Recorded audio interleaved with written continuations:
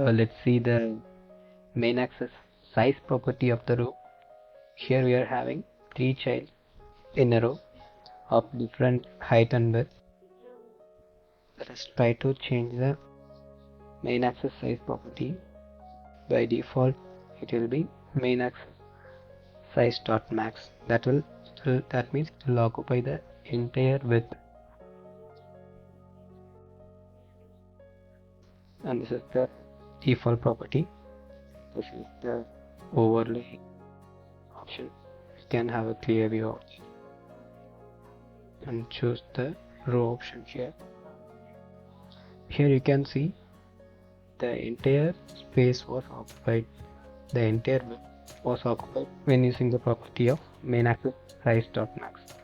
Let us try to change main axis size dot. It will occupy only the required space of each child, and it will left over the unused spaces for other widgets.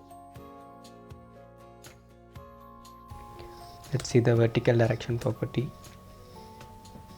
By default, it will be vertical direction dot down. That means it will fall from top to down. Let's see vertical direction dot up. It will take up that. It will appear from bottom to top.